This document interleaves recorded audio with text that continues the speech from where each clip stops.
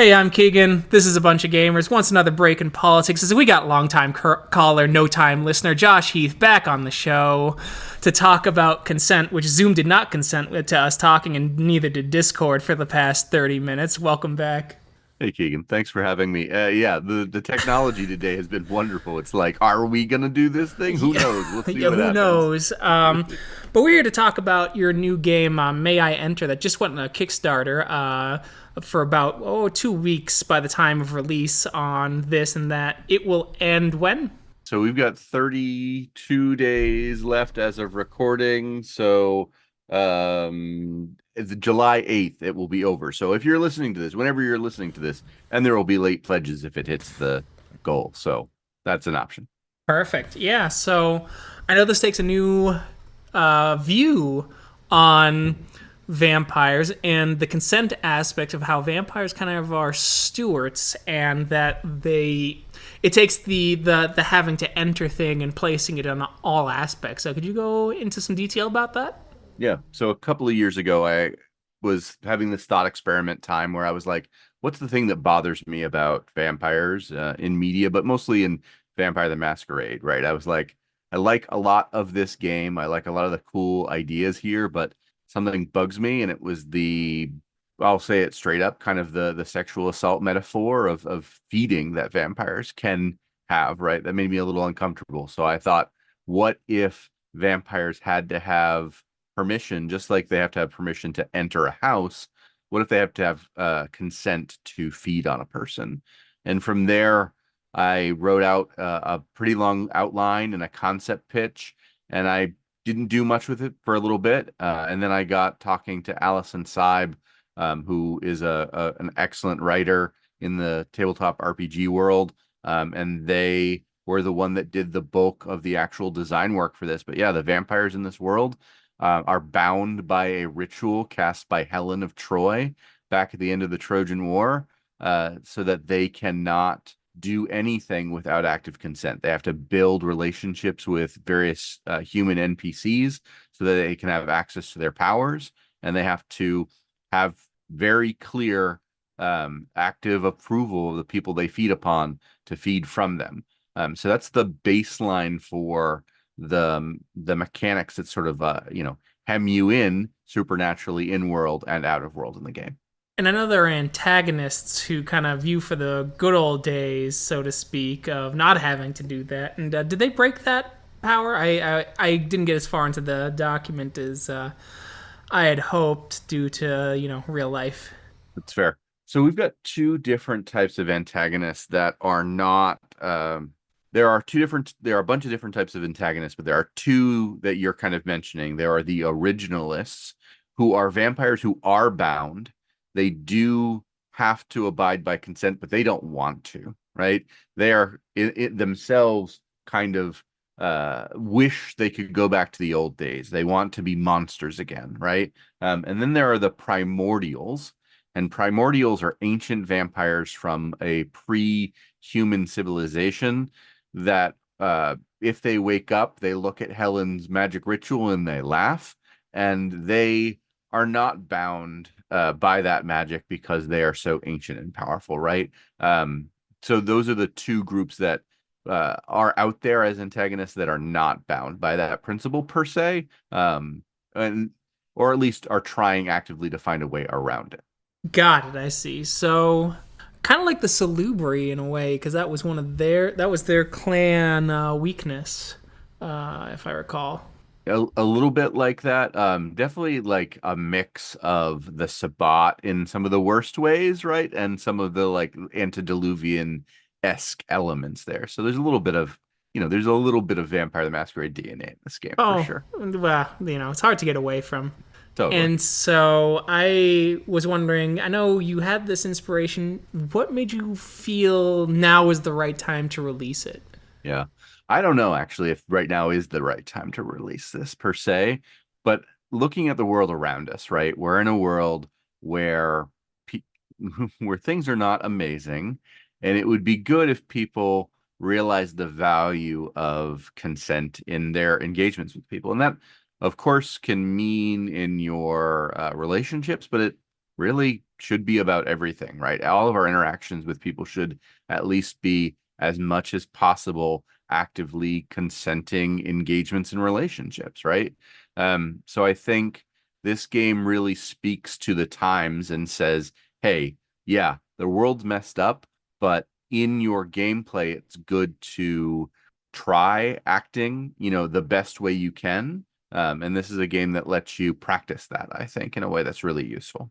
So I think everyone's probably got the same thought then. Since there is some Vampire the Masquerade in the DNA, what are some of the cool powers you're really excited to unveil with this game? Yeah. So the cool thing about the way we've built the mechanics for this is there are various privileges that you can gain access to. And the privileges are the way that you work with your various NPCs to build your powers up, right? And they're all generally based on either a vampire genre trope or a mythological vampire weakness that you are able to overcome. Um, so one of the more interesting privileges to me is I may worship, which sounds kind of odd at first. You're like, what does that mean? Well, if vampires are repelled by elements of religion in the standard tropes of them, the ability to actively get permission to work around that and then worship and pull on that essence of holy power is an interesting thing that a privilege can do for you, right? But you have things like flying, you have things like body shaping and crafting that you can use depending on the particular playbook you have. There are lots of different powers that are in there. And my hope is that we're going to be adding more privileges in some sort of supplementary material as well. Very cool. So this is kind of an interesting thing. So I've noticed that a lot of the original tropes in a lot of vampire movie media are coming back, right? The movie Sinners, they can't enter without some sort of invitation. Nosferatu is very similar, with also having to rest in the grave dirt of his birthplace and all the classic kind of Dracula stuff. And I know Vampire the Masquerade tried to do away with all of those, and then each clan had some kind of variation on it, just so because it feels kind of unplayable if you're restricted by all of them. And you've come along and you've created this game that does have all of them, but there are ways in play to overcome them. I'm wondering if you want to touch on that. Like, what do you think is making a lot of people, including yourself, kind of reach back into these original tropes and bring them back to the forefront of the vampire? Yeah. I think the tropes are there for a reason, right? They're in the mythology of the vampire for a reason, right? Most horror stories, most monsters, even modern day cryptids have things they can do and can't do for very specific reasons, right? There's a psychological or sociological mechanism built into the weaknesses, right? The idea of religion is this is a demon come back from death, right? And they cannot interact with things that are holy and good.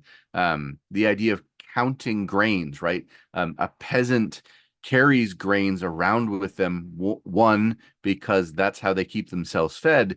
But then two, like the enforcement of counting those things becomes this sort of like subtle nod to the neuroticism that humanity has, right? And what if that neuroticism is not just at a 8 or a 9, but at an 11 or a 12 on a 10-point scale, right?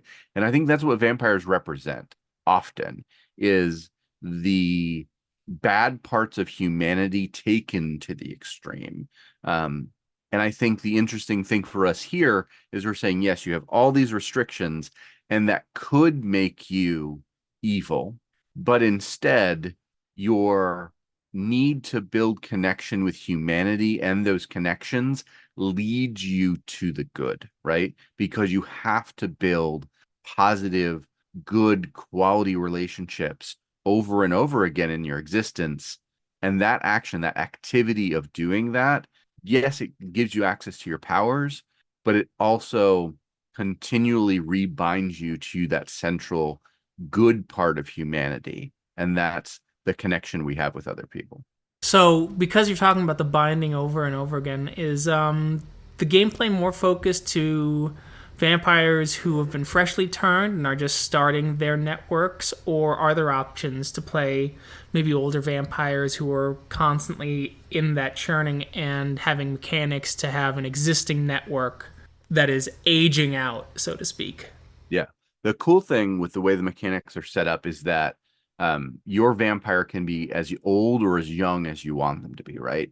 I actually wrote a mini game that's going to go along with this that I had on BackerKit 4 that's designed to help you tell a little bit of a backstory building game where you are dealing with the binding occurring, right? It's right after the Trojan War. You're like, what the heck is going on? Maybe you're in a totally different part of the world, and you're like, why suddenly are these magic rules binding me from doing these things I wanted to do?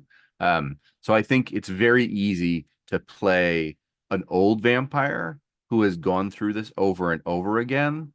Um, you start mechanically the same way because what happens when your NPCs die or they no longer are interested in being in your life is you lose access to those privileges.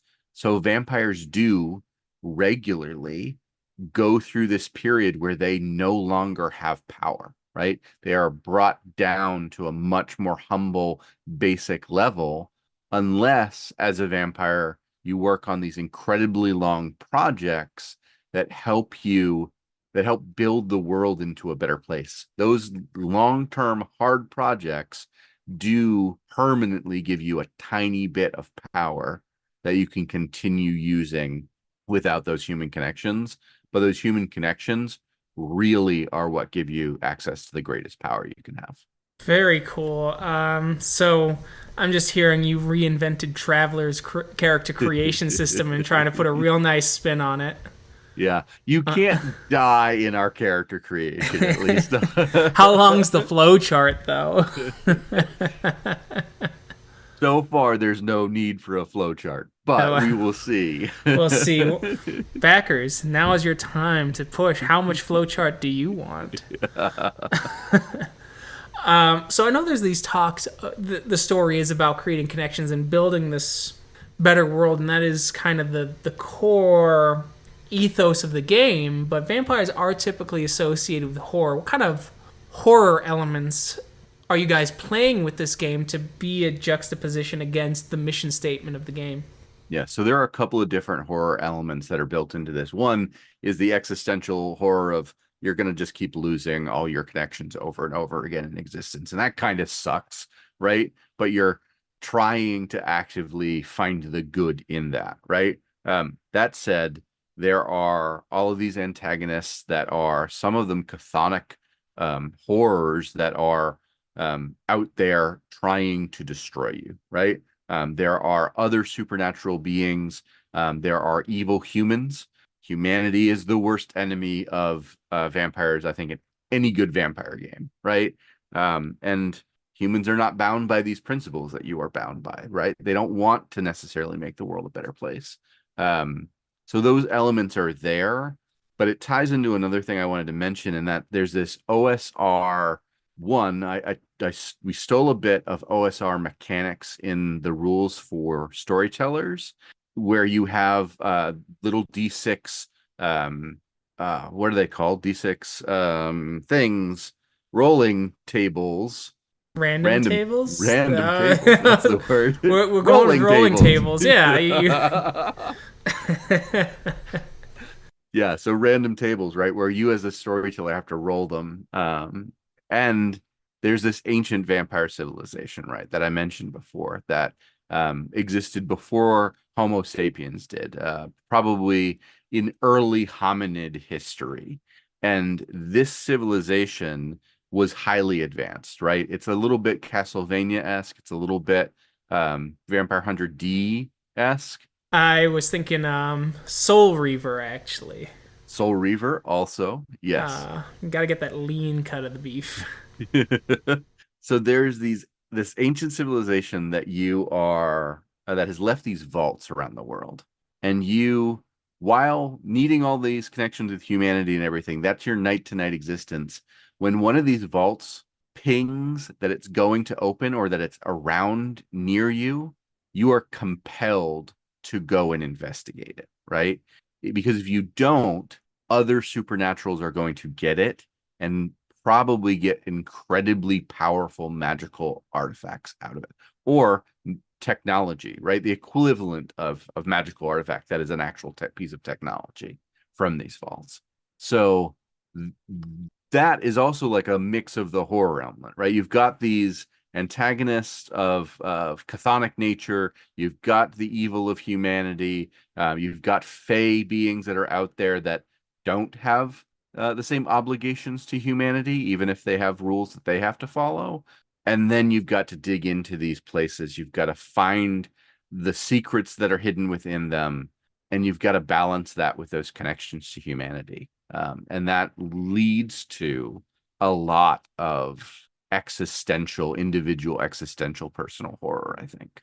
So you touched on the Fae. That's kind of so are the Fae kind of like the natural kind of I wouldn't call them antagonists or enemies, but someone like kind of the funhouse mirror of the vampires in your world. That's how I've been running it. Every playtest I've run so far, I've used the Fae as a main antagonist, and they claim that these vaults are theirs.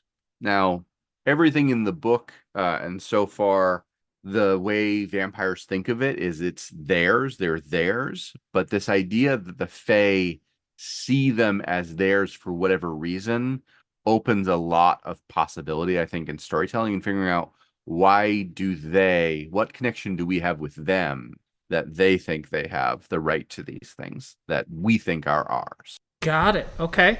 That makes sense. And these chthonic entities, could we go into a little more detail about that? Yeah, yeah.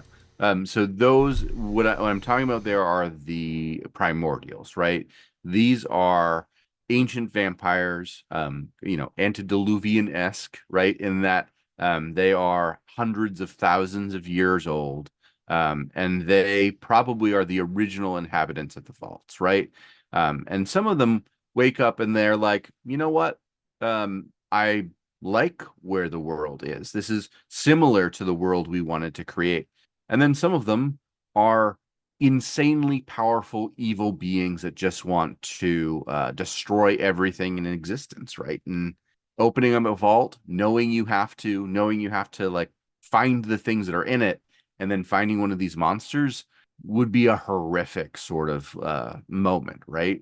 This is a Nosferatu's ancient Nosferatu, right? This is the Niktuku style of monster that you're like, oh man, what are we gonna do about this thing?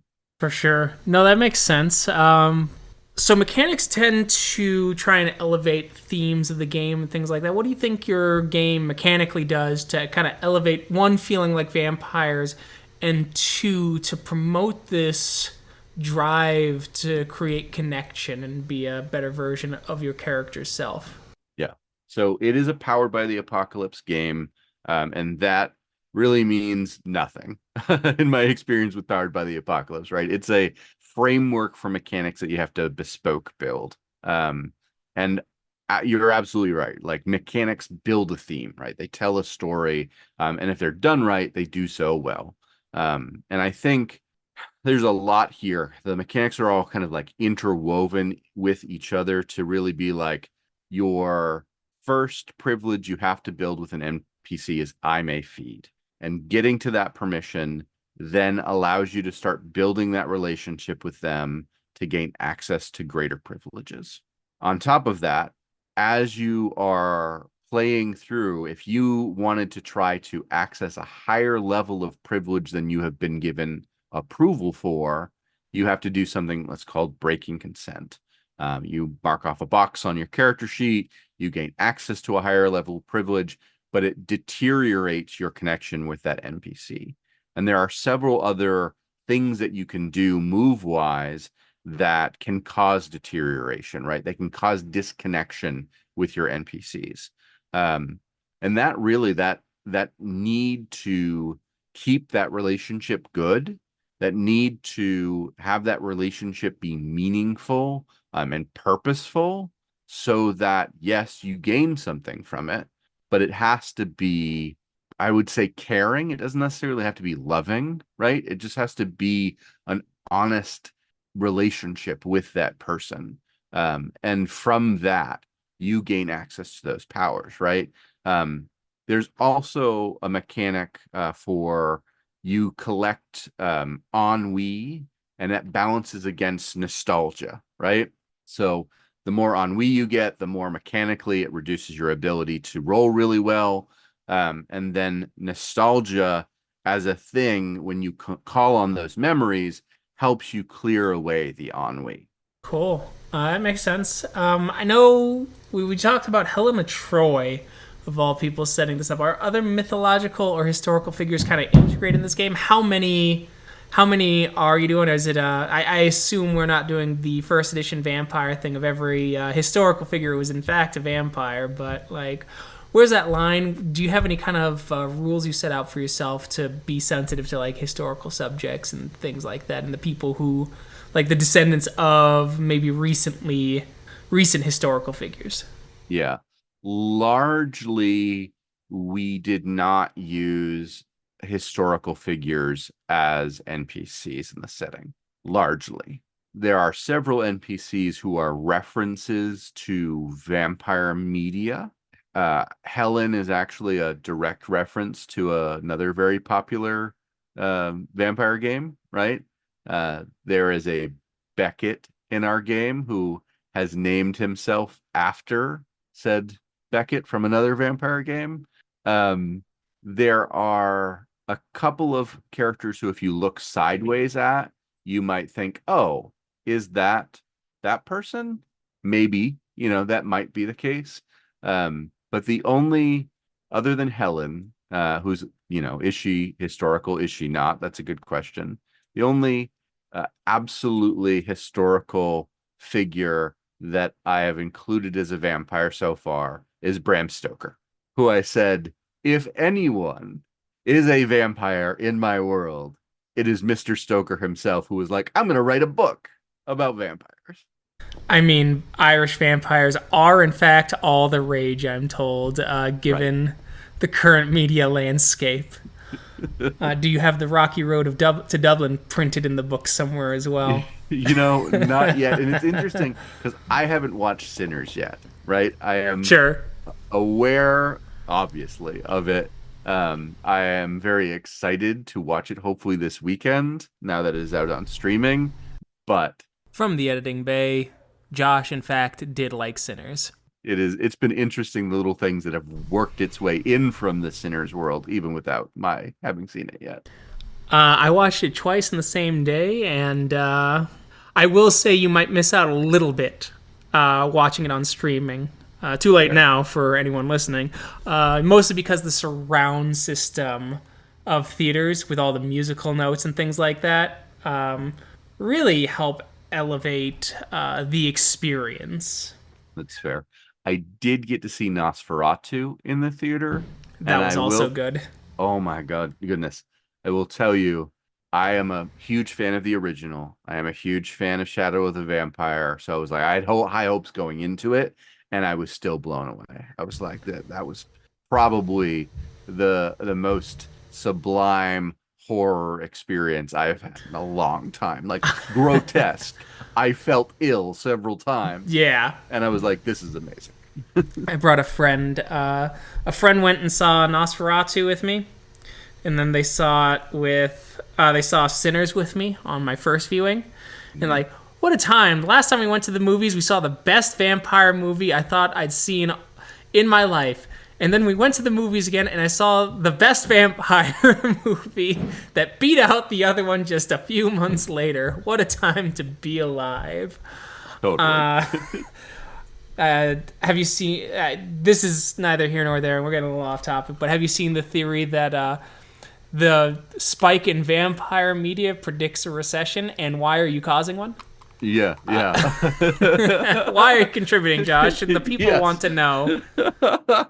I have seen that theory. I also It's has some validity, that theory, right? And you know what? Me contributing to that, I don't think I'm contributing. I think I'm speaking to the times. That's a nice get out of jail free card right Yeah, there. yeah. I Uh, stole it from Karl Marx. You can yell at me later. I'm sure someone will. There are lots of chuds find this channel somehow.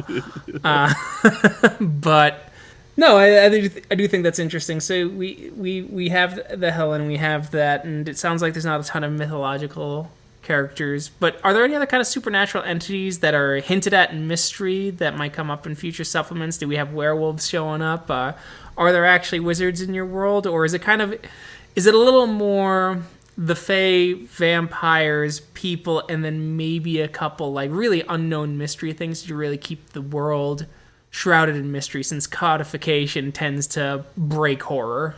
Yeah, yeah. Um, there are no werewolves. I will say that up front. That is the only supernatural being I said explicitly, and I actually included the line in the book. There are no werewolves in this world, right? Other than that, there are hints to there being lots of other things. And honestly, the only reason there are no werewolves is because I didn't want to eventually have to write a werewolf book for this world, right? I didn't want to go there. I didn't want to dig that hole for myself. I was like, do not do this to yourself. Make sure this can't happen. Because my spouse has written a world with werewolves in it that we are working on an RPG for. So I will get my werewolf stuff out that way. It would be awkward if you just pushed out a competing product right out the gates Totally. with your spouse. That I could see that causing a hey Josh, what the Yeah. fuck? What's going on with this? What's Yeah. going on, That buddy? wouldn't be good. Well, I know that other writers who've been on the show are also working on their own werewolf products and trying to really capture something due to the void of other game lines. And we try to stay positive here, but given the state of certain game lines, how much of that was an impetus to try and get out from under the shadow of V5 and maybe some disagreements with business practices or companies of that nature? It was there, but it wasn't the motivating factor, right? I did get to a point where I said, I'm done working on community content for other IPs, right? And I said, you know what? I'm kind of done freelancing for other people. Not that I won't freelance. If you've got a cool freelance project for me, like, don't be afraid to be like, hey, Josh, maybe you'd be good for this, right? I might say yes. But largely, I kind of want to get to a point where I'm telling my own stories, where I'm working with other people to tell story ideas that I've got in my head. Um, and I like collaborating with people. So the working with Allison to do this game was really good for me because it's the way I like to work, right? Where I take an idea, I help guide it in a very like structured way, but someone else is doing a good chunk of the ideating of those ideas into the hardcore chunks of it. So I have a lot more of that. I have a whole bunch of games, including my Space Vikings game that I started at one point and haven't finished. There's a lot in my head that I would like to get to that I would rather do than write for other people's IP. I understand that. One day I will not hate everything I write and delete it halfway through. Though I have gotten some stuff out thanks to Yep. yourself and a couple books that I have in the community content pages. My favorite one now that I threw out on Blue Sky was Mech Bork, where you're just doing Gundam mixed with Evangelion mixed with Morkborg's typical weird shit. See, that sounds awesome. Sure does. I sure wish I was a better writer to make it come to fruition, but you know, is what it You is. you are a good writer, Keegan. I have read your I, stuff. it is. It is Believe in it. okay. I haven't written in a while either, so that doesn't help. But no, that's fair. What other things do you think really make this game unique? Not just in the vampire space, though that is an important element of it, especially with like Curseborn coming out with their own unique vampires. You have vampire fifth edition. I'm sure there's the Soul Reaver game coming out. Funny enough that we mentioned it, but that using the Morkborg system. I think you play as Seraphim in Cool. that. But I think they did get to the goal where they allowed 4 vampire rules to be like Children of Cain and or one of the lieutenants as well. So, how do you think it distinguishes itself between that kind of those kind of titans and then in the horror space? I know Powered by the Apocalypse has several horror games of their own, like Cult. How does it compare to that? How does it really stand out? I think the big thing for us is we are a hope. It's a hope punk game, right? So it is horror, yes, but it's horror with that hope punk angle. And I apologize for my cat. For anyone that's listening, I am not going to be able to get her out of this office now. But that angle, I think, it lends itself to a different type of storytelling, right? It's a it's a wistful sort of horror frequently, right? It's a personal horror in a little bit of a more personal way, but you can also lean into, yes, things have been bad, things will be bad, but if we are continually building and working, we can overcome some of the horrors in the world. And then it's interesting to me from a mechanical perspective that we've been able to mix OSR dungeon crawling with all of that interpersonal drama and history stuff that you see in most where most like world most urban horror, that's the word I was looking for, urban horror games, is that having having those elements kind of work together and make sense together. And thematically, in the rules, we've encouraged you to link the stories on the surface to the stories that are happening in the vaults, too. Those two things play together, right? They're telling a single joint narrative at the same time. So it's definitely a powered by the apocalypse system and has playbooks. It uses 2d6, but we've put in a crit system, crit fail and crit success. And we've created a system where if as a narrator you want to have rolls, there are those random tables, right? Those rolling tables that are in there for you to have a little bit of a different narrative structure than you would have in a traditional PBTA game. So I think there's a lot there. It's just it would have to be taken as a whole to really get all of the pieces. Oh, that makes sense. But you did hear it first, folks. This game will have pop-up elements that you can spin the tables in the book so that you can find the element you're looking for.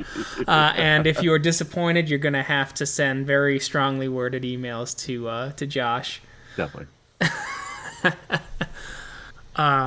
Goodness. But no, this does sound like an interesting game. And what am I looking for?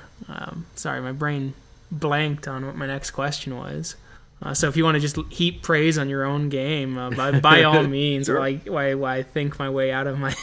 The one thing that I haven't done enough is gush about working with Allison Saib, who is the main writer and the principal written word designer of this, right? Like I created the concept, I created a thick outline, I guided the writing and the concept elements of this, right? And I've written chunks of my own, mostly after Allison put together the core elements of the mechanics. And their work has been stunning, right? I've worked with lots of writers over the years, and every writer I've worked for has been 98% of the time great to work with, right? But Allison gave me the cleanest manuscript I've ever seen from anybody. Nearly so that I was like, yes, this needs editing, but I would run this, right, without editing, right?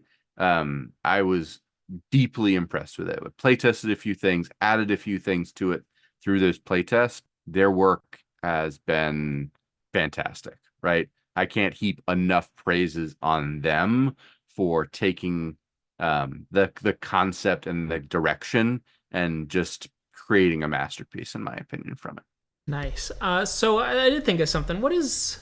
Do you think the? Do you play with the theme, or is it kind of hand waved away, or has it just not been fully fleshed out on with the vampires trying to be the best version of themselves, being stewards of humanity, and trying to, you know, push them forward while them still, kind of being a parasite, right? They have to feed on a host to continue to exist, and even if they ask for permission, that is kind of the default state of just being a polite parasite. Is that played with at all? It's one of the underlying horror elements that's there, right? Yes, you are getting consent to feed, but we don't say that feeding is sensual. We don't say that there's a kiss. We don't say that there's any mechanic that makes feeding good. So there's not necessarily that you have to drink blood either. We actually kind of leave it open that you could steal energy, you could take breath, right? Whatever it is you feed on doesn't necessarily have to blood. We never say that explicitly. But we also don't say it's not horrible, right? And so that question of being a monster, right? You are still having to feed on people, you're still having to take their energy from them. That can be dangerous, right? That is a thing you have to deal with, right? And you have to ask yourself, am I, while I'm trying to be good, right? While I'm trying to make the world a better place, am I ultimately bringing harm to it by existing? And if I want to turn a person for whatever reasons that I have to do this, I have to get them to agree to it, but then I'm bringing them into this existence as well, right? How do I balance all these things that I'm trying to hold up as values, as ethics, with those conditions? I think it's possible, right? I think it's possible, but I think it's difficult and it's hard. And I think every player is going to contend with that differently. And I think because of how important your NPC connections are, you're going to have those conversations. They're going to happen at the table where an NPC is going to say no, right? And that's going to leave you hungry. That's going to leave you vacant, right? And you might get frustrated with that. And you are a monster with power. And when you are frustrated by the lack of connection, where do you go with that, right? I think that's an interesting element that's kind of built in. And I think people will get there probably after 3 or 4 games, right? They've been playing it a little bit, they've stayed at kind of the higher levels of this, and then they're like, wait, well, what are the implications of this and that? Because you're going to have to deal with those because of the way the mechanics are designed and the way the storytelling is built. Yeah, and I'm wondering then with the world building, because vampires have to ask for consent for basically everything, are they still a secret among the world? Are they still a hidden? And how do you contend with that in your world building? Yeah. Because of that, there are incredibly small amount of vampires, right? And the advantage there is it lets us kind of not tackle with the question of a secret or a masquerade or whatever term you want to use for it. Um, but probably, right? But these vampires, again, you have to be honest with the people you're feeding on. So it's possible that someone is like, you know what, this Bram Stoker guy decided to feed on me. Now I'm gonna, write an expose about them. But those haven't got out. They haven't changed the world for whatever reason. And the question is why? What is going on that has stopped that? Have vampires been subtly manipulating things so their true history is not out? I think it's interesting to leave enough white space for that where a narrator could fill in bits and pieces or say, oh no, people do know that vampires exist. They've just never met one. So they don't know much about them, right? Because they're so rare. I think there's a lot of opportunity depending on how a narrator wants to go with it. That makes sense. I know we started a bit late, but we are getting close to time. Is there any kind of closing thoughts you want people to know? The concept of consent in this kind of gaming space, like maybe the safety tools that are used, given how important consent is in the game. I guess before I let you have your closing thoughts, we'll go down that route of what are the safety tools like? How do you work them in? How explicit is the game about them? Yeah. So we have a robust section on safety and consent and tools that Allison and I kind of bounced ideas off each other to get into a place that we were comfortable with, that we were happy with. And I think what's interesting is Allison wrote some stuff that I think is a little bit more, it's more explicit, right, than in some books about how to use safety tools and how to make sure that everyone at the table is enjoying themselves. And I can't think of the exact words that I want to pull on right now, but there's stuff there that is more straightforward and helpful than I have seen in most books that tackle these things, right? From a tools perspective, we talk about things like the X card and lines and veils, but we are writing a game. We've written a game about active consent, right? And so actively talking to your players about what they want and about where the story is going is a core part of doing this right? And I don't mean that playing this game right. I don't think there's a right way to play a game, but doing the making sure you have everyone on board for going as dark and as deep as you want to, is making sure that you're using those tools well and that you're actively having a constant conversation in all of the various forms, physically, verbally, and everything there to make sure that people are comfortable with the material. I actually ran a playtest recently where I was narrating a scene with a player about their feeding. And I got to a point where I was like, you know what? I'm uncomfortable. And I said, cool. I think that's where we're going to end this scene. And everyone at the table seemed happy that there was a clear structure of now's the time for that to fade to black, right? And in the same playtest, there was a player who could not get consent to feed. Their NPC said no. And every femme presenting person at that table went, thank you. That is exactly what I was hoping would happen, is someone would say no. It was clear that consent was not there, and there were consequences, right, for that character, but in a way that made the players feel incredibly comfortable with the material that we were playing. No, that makes sense. Yeah, so now I guess closing thoughts. What are your final thoughts on the game? Things you want the audience to know about it? Yeah. I think there's a lot of opportunity in this game, right? It's a first edition. It's going to be a game you can grab the book and run it straight out of it without needing supplementary material, but we've got a lot of ideas of building on it that I think people will enjoy. So come along to the Kickstarter and help us get to those stretch goals, but also I think it's good to play games that are trying to do new things, even if they don't do them well, right? Trying to do new good things is good, right? I can word, not wording well, but you get it. Absolutely, and you can find the Kickstarter for in the description of this podcast here. Josh, where can you be found if you so choose to be found on the internet? People can find me currently on Blue Sky as High Level Games. And if you wanted to go to our website, it's highlevelgames.ca. Yes, we're Canadian. I am not, but my business partner is, and the website is Canadian. So I'm sorry for that. Perfect. And I've been Keegan. This is A Bunch of Gamers. You can find us on Facebook, Blue Sky, YouTube, Podbean, Listen Notes, and a ton of other places, but you'll never find me on Twitter. Never could. I founded a cesspool, and I was proven right. All right, take care, everyone.